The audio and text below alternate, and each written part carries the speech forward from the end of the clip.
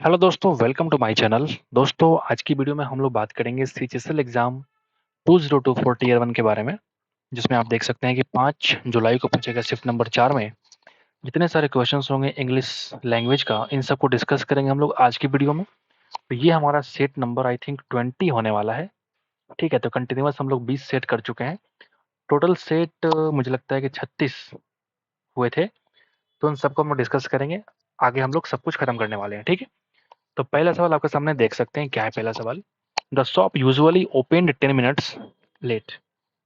जैसे आपने ये वर्ड देखा ना, यूजुअली, तो आपके दिमाग में क्रैक किया होगा, अच्छा ये तो भाई हैबिचुअल एक्शन को इस्तेमाल करने के लिए आता है। मतलब यहाँ पे मुझे ओपेंड नहीं लिख करके मुझे क्या लिखना पड़ेगा, सिंपल प्रेजेंट वाला स्ट्रक्चर यूज करना पड़ेगा। मतलब हम ये बोल सकते हैं, shop usually opens 10 minutes late. 10 minute late खुलती है हमेशा। ये हैबिचुअल वाली चीजें हैं, तो यूजुअली ओपेंड नहीं बल्कि ओपेंस आपको बोलना पड़ेगा। नंबर 2 पे आते हैं। नंबर 2 क्या बोलता है? He fill in the blanks the truth. जैसे आपने देखा कि ही के बाद या तो सिंपल प्रेजेंट यूज करो या फिर सिंपल पास्ट यूज करो, दूसरा कोई ऑप्शन नहीं है। ही के संग स्पीक यूज नहीं कर सकते, स्पीक्स बोलना पड़ेगा। तो स्पोकन तो होगा ही नहीं, वर्ब का थर्ड फॉर्मेट तो नहीं होगा। अब मुझे सिंपल पास्ट की तरफ मूव ऑन करना पड़ेगा। तो ही स्पॉक द ट्रुथ, उसने क्या बोला? सच बोला। ठीक है, स्पीकिंग अगर मुझे बोलना पड़ेगा तो इसके पहले मुझे इज एम आर चाहिए होगा या फिर वाज वर चाहिए होगा, तभी हम लगा पाएंगे वर्ब का फोर्थ फॉर्मेशन। तो option number 2 is the correct answer. आगे बढ़ेंगे, नंबर 3 पे आते हैं। I am going to buy a red car with a leather seats. ओ हो, ए सीट्स आपने देखा, अगर सीट एक से ज्यादा है तो मुझे ए यूज तो नहीं करना पड़ेगा। अगर सीट एक से ज्यादा होगा तो ए यूज नहीं करना पड़ेगा। या तो ए को कन्वर्ट करो या फिर सीट्स को सीट करो। अब यहाँ पे अगला जैसे हमने पढ़ा एंड ए सनरूफ, यहाँ पे सिर्फ ए को कंपलसरी बना दिया है, मतलब यहाँ पे ए तो रहेगा ही रहेगा। और अगर ए यहाँ पे रहेगा तो सीट्स को कन्वर्ट करके हम क्या करेंगे? सीट कर देंगे। समझ गए? हम एक ऐसे रेड कार खरीदने के लिए जा रहे हैं जहाँ पे जिसमें एक लेदर का सीट हो और एक सनरूफ हो। समझ गए बात? आगे बढ़ेंगे। मिस्टर रोज, मिस्टर नहीं है मिस है, मिस रोज इज स्वीटेस्ट। ओहो, पढ़ते पढ़ते आपको दिख जाता है, जब आसान क्वेश्चंस होते हैं ना आपको दिख जाता होगा। स्वीटेस्ट का मतलब क्या है? ये तुम्हारा सुपरलेटिव डिग्री है। Sweet, sweeter, sweetest. इसके पहले क्या आता है मेरे भाई? The is compulsory. और यहाँ पे है क्या? ए। काट के हटाओ। Miss Rose is the sweetest of all the girls in the class. आगे बढ़े क्या? नंबर 5 पे आते हैं। फिर से कॉम्प्रिहेंशन पे आ चुके। टुडे, आज के दिन की बात करेंगे। Let's explore the significant role of human beings in shaping the world as we know it. ठीक है, चलो आज हम एक्सप्लोर करेंगे कि ह्यूमन बींग्स का एक महत्वपूर्ण रोल क्या है इस वर्ल्ड को शेप देने में। इस वर्ल्ड किस तरफ मूव करेगा, किस तरफ वर्ल्ड को लेके जाना है, ये शेप होता है। तो इसमें ह्यूमन बींग्स का क्या सिग्निफिकेंट रोल है उसको हम एक्सप्लोर करेंगे। ठीक है, can you fill in the blanks world without human beings? क्या तुम एक ऐसा वर्ल्ड का कल्पना कर सकते हो जहां पे ह्यूमन बींग्स हो ही नहीं? कल्पना करने की जब बात होगी तो हम इमेजिन ही इस्तेमाल करेंगे। फैब्रिकेट का मतलब होता है कोई चीज को डुप्लीकेट बनाना, यानी कि जाली बनाना। क्या ये हम बात करेंगे? क्या हम किसी वर्ल्ड को जाली बनाने के काम करेंगे? नेग्लेक्ट तो आएगा ही नहीं, इग्नोर तो आएगा ही नहीं। कितना घटिया ऑप्शन है। तुम ऑटोमेटिक चूज करोगे इमेजिन। क्या हम एक ऐसे वर्ल्ड का इमेजिनेशन कर सकते हैं जहाँ पे बिल्कुल ह्यूमन बींग्स ना हो? Who would have fill in the blanks the resources and created social and cultural environment? अगर ऐसा उसमें कुछ है ही नहीं, उस वर्ल्ड में कोई इंसान ही नहीं होगा, तो उस वर्ल्ड में जो रिसोर्स होंगे या फिर जो सोशल और कल्चरल एनवायरनमेंट है उसका इस्तेमाल कौन करेगा? कौन करेगा बताओ? Who would have. तो इस्तेमाल करने की बात होगी तो क्या बोल रहे हैं? क्रिपल, अपंग कर देना, इसको बोलते हैं अपंग कर देना। तो क्या यहाँ पे अपंग करने की बात हो रही है? क्या क्या डिस्ट्रॉय करने की बात हो रही है? बिल्कुल नहीं। ब्रोकन करने की बात, यूटिलाइज्ड। बताओ, अगर कोई इंसान होगा ही नहीं उस वर्ल्ड में तो उसका इस्तेमाल कौन करेगा? जो उसके अंदर रिसोर्स हैं, जो सोशल और कल्चरल एनवायरनमेंट है, उसका इस्तेमाल कौन करेगा? ठीक है, the people are fill in the blanks to develop the economy and society.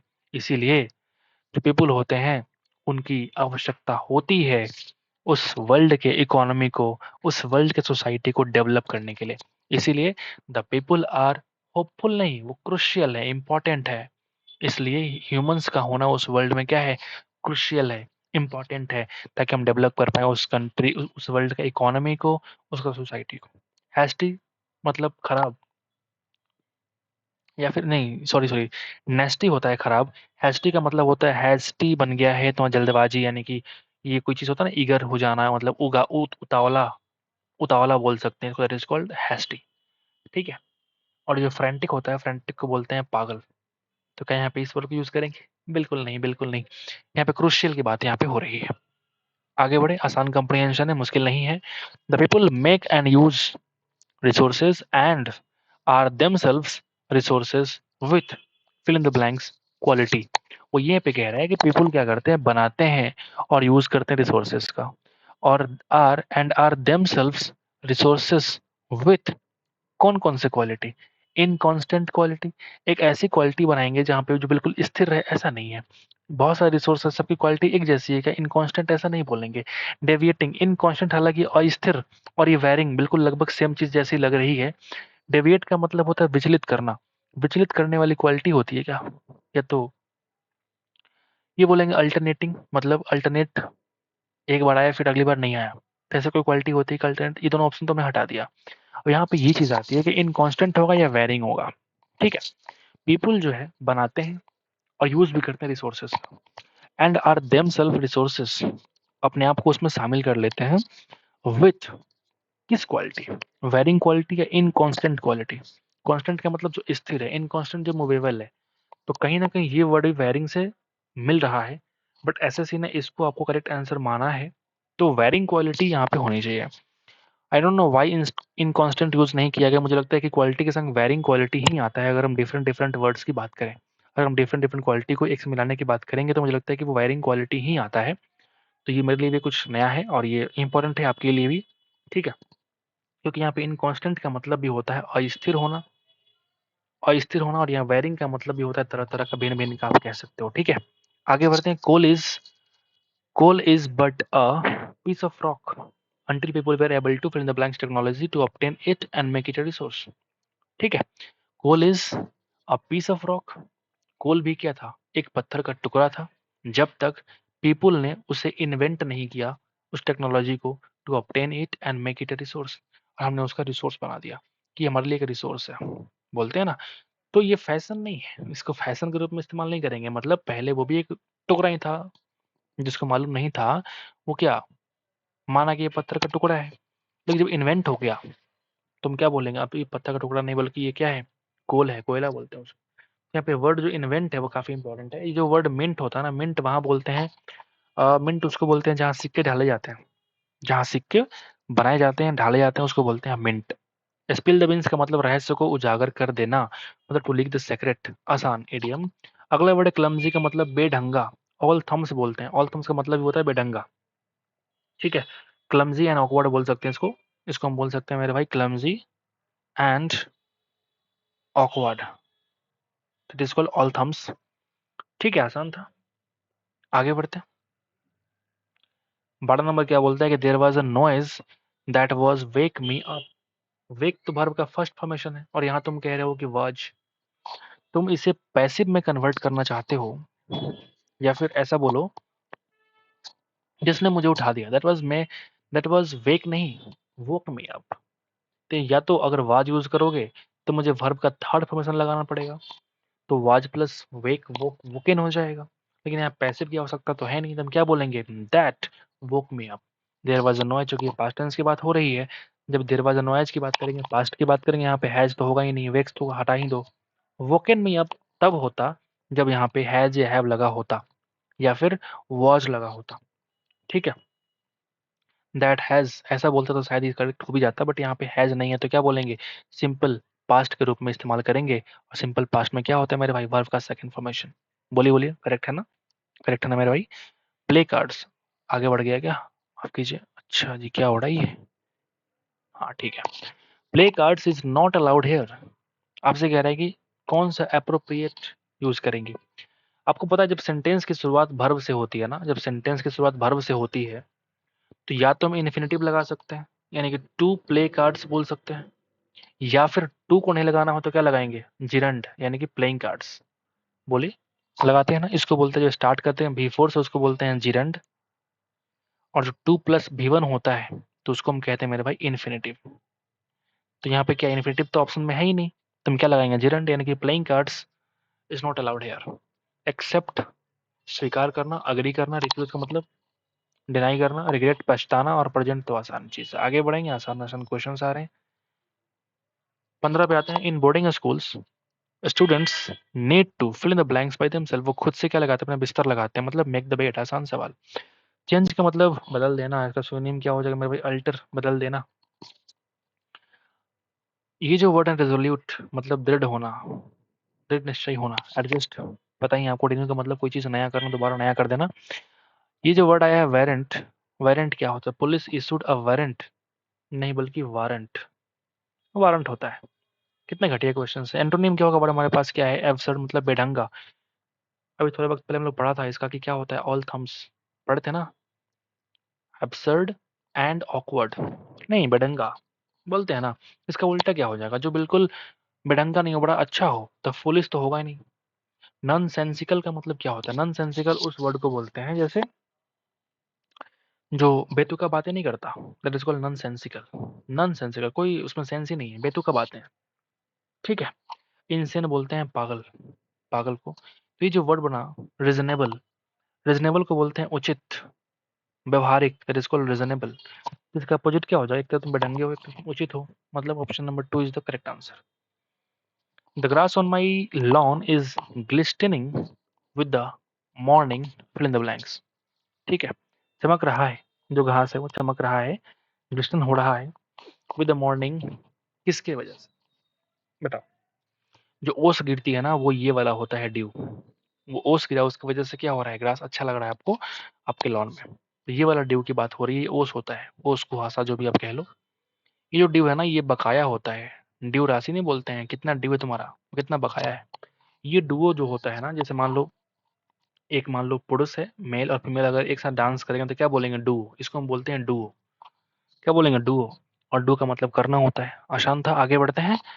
When I got an opportunity to start a new business, Ravikant queered my pinch.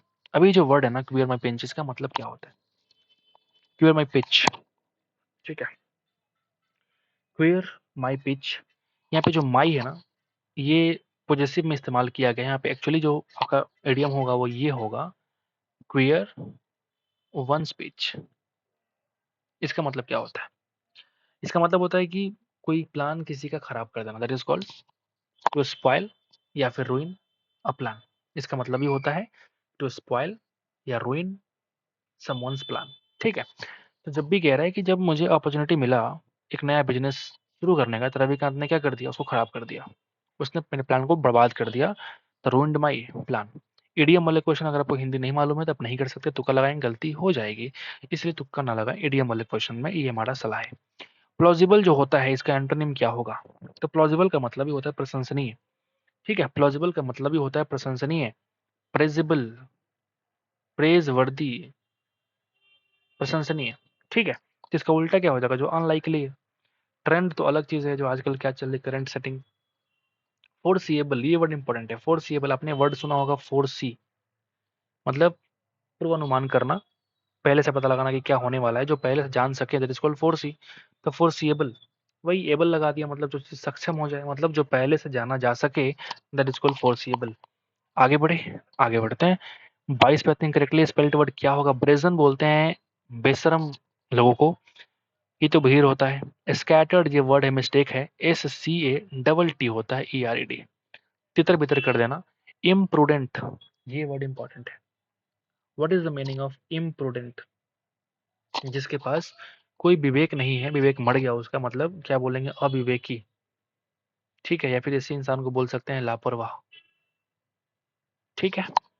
The crux मतलब निचोर, आपसे क्या पूछ रहा है इसका, इसके लिए बेस्ट ऑप्शन क्या होगा, the crux of study has been delineated by the researchers. तो यहाँ पे जो वर्ड है क्रक्स का मतलब होता है निचोड़, यानी कि इसका सेंट्रल थीम क्या है, सेंट्रल पॉइंट क्या है। फिक्स लिमिटेशन तो नहीं होगा, रिलेवेंट कोई प्रसंग, ये सॉरी, कोई संगत वाली बात नहीं कही जा रही, बल्कि सेंट्रल पॉइंट है, ये बिल्कुल निचोड़ की बात यहाँ पे कह रहा है। ठीक है। सार क्या है इसका, समरी क्या है। ओके।